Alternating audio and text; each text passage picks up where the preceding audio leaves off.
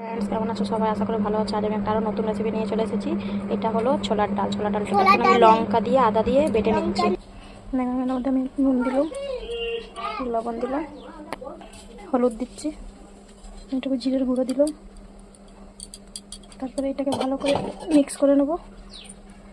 Mix করে নিই। দেখো, কড়াইয়ে তেল গরম করতে দিয়ে দিচ্ছি। এবার এক এক করে এটাকে সুন্দর করে ভাজবো।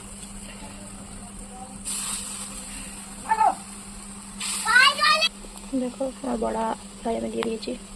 দেখো, বড়া ভাজা আমার হয়ে গেছে। এরপরে আমি ওই তেলের মধ্যে পটল ভেজে উঠাবো। পটল বেগুনটা প্রায় আমি মধ্যে সুন্দর করে লাল করে ভেজে নেবো। ওই তেলের মধ্যে বড়া ভাজা তেলের মধ্যে পটল বেগুনটা ভেজে তুলে নিচ্ছি।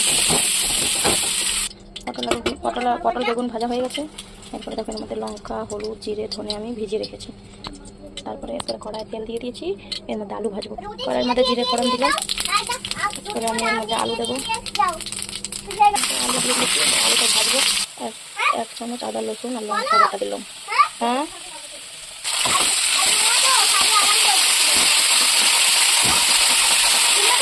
টমেটো বাটা দিলাম।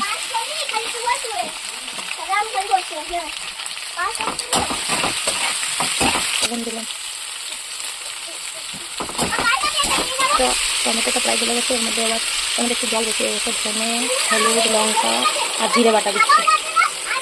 এরপরে এটাকে আমি ভেজে নেব ভালো করে, সুন্দর করে মশলা কষাবো। দেখো, মশলা আমার প্রায় কষানো হয়ে আসলে মশলার মধ্যে তেল ছাড়ছে। দেখো, তেল ছাড়ছে মশলার মধ্যে। তারপরে এই বেগুন আর পটলটা আমি দিয়ে দেবো। মধ্যে বেগুন আর পটলটাকে সুন্দর করে ভাজবো। এর মধ্যে মিলাবো মশলা।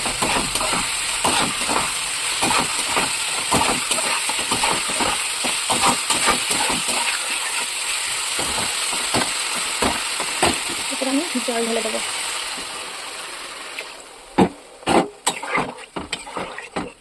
দেখো, আমার ঝোল করতে লাগলো। এর মধ্যে বড়া দিয়ে দেবো। এরপরে দিয়ে দেবো। বড়া দিয়ে একটু ফোটাবো। একটু গরম মশলা দেবো। এর মধ্যে একটু গরম মশলা দিয়ে দেবো। আমার বড়ার ঝোল রেডি। দেখতে পারো, বেগুন পড়ে গেছে। Bye bye friends.